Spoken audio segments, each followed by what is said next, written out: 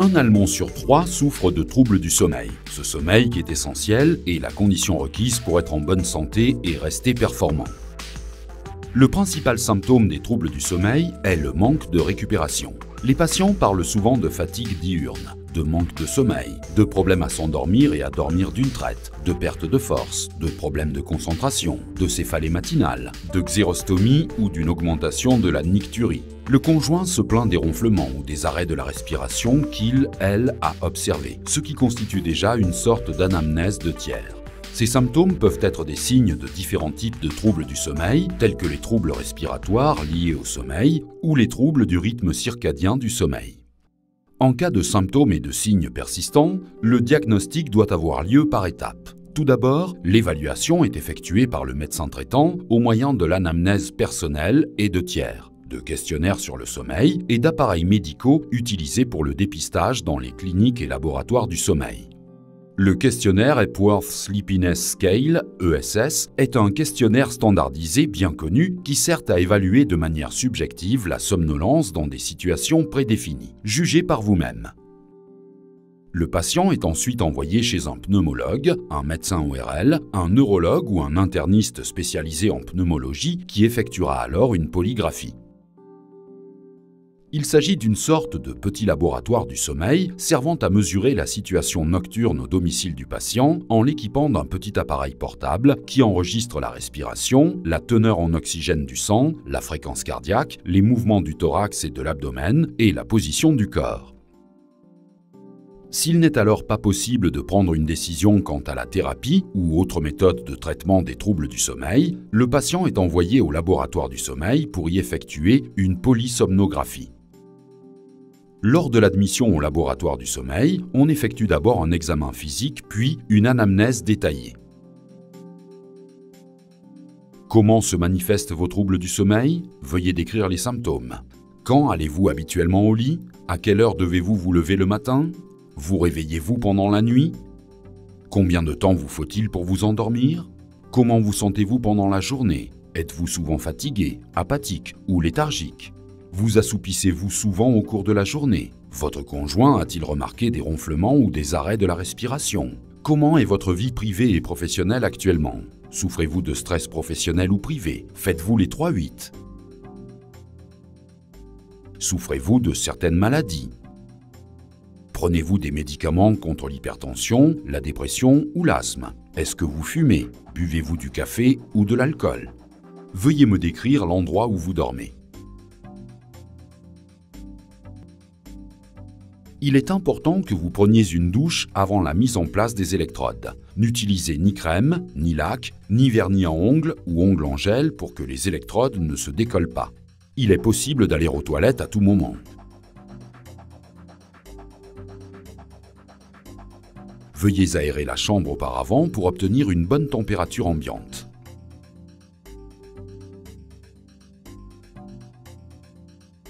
L'ECG mesure l'activité cardiaque.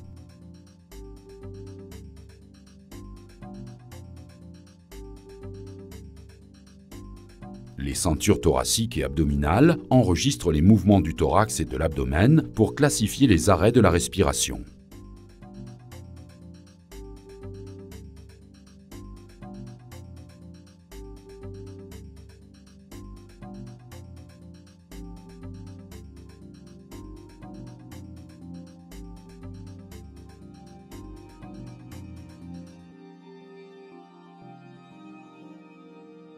Le microphone enregistre les ronflements.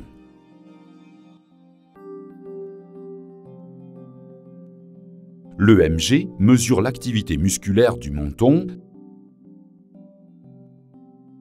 et l'EOG les mouvements oculaires pendant la nuit.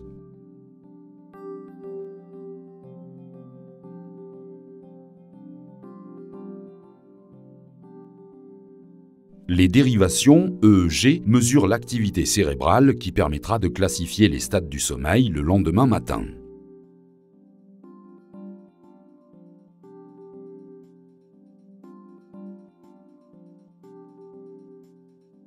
La thermistance, ou les lunettes nasales, mesure le flux d'air lors de la mesure pour déterminer les arrêts de la respiration.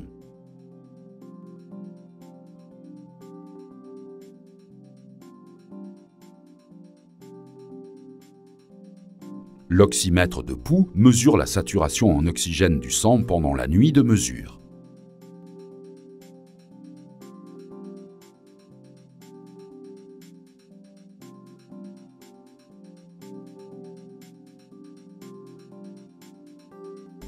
Les électrodes, au niveau des jambes, enregistrent l'activité musculaire et les mouvements des jambes pendant la nuit de mesure.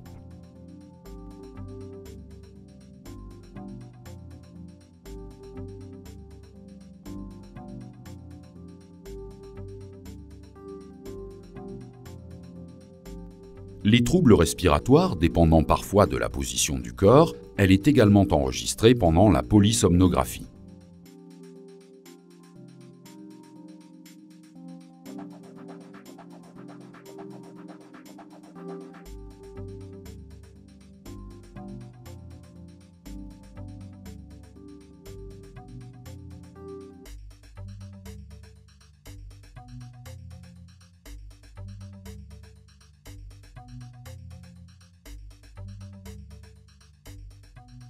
Le comportement du patient durant la nuit est alors observé par vidéo.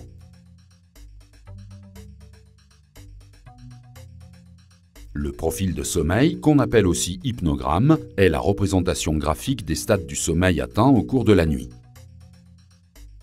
Il est ainsi possible, le lendemain matin, d'analyser la nuit de mesure en déterminant les stades du sommeil. On fera une distinction entre les phases non REM, qui représentent 75 à 80% du sommeil total, et se divisent en phases de sommeil léger et de sommeil profond. Des phases REM, plus connues comme sommeil paradoxal, représentant 20 à 25% du sommeil et apparaissant dans 4 à 6 périodes séparées les unes des autres. Après avoir déterminé les stades du sommeil, il faut analyser les événements respiratoires en utilisant le flux respiratoire, les mouvements thoraciques et abdominaux, ainsi que la saturation en oxygène pour déterminer et classifier les arrêts de la respiration. Le médecin pourra ensuite décider de quel trouble du sommeil souffre le patient et quel traitement peut y remédier. Une option de traitement est la pression positive continue dans les voies aériennes supérieures, la thérapie CPAP ou PPC, référence en matière de traitement. Il s'agit d'un petit dispositif qui, au moyen d'un tuyau flexible et d'un masque, fait circuler en continu de l'air ambiant dans les voies respiratoires. Par cette légère suppression, les voies aériennes supérieures sont maintenues ouvertes comme une attelle pour éviter toute fermeture du pharynx, tout arrêt de la respiration et tout ronflement.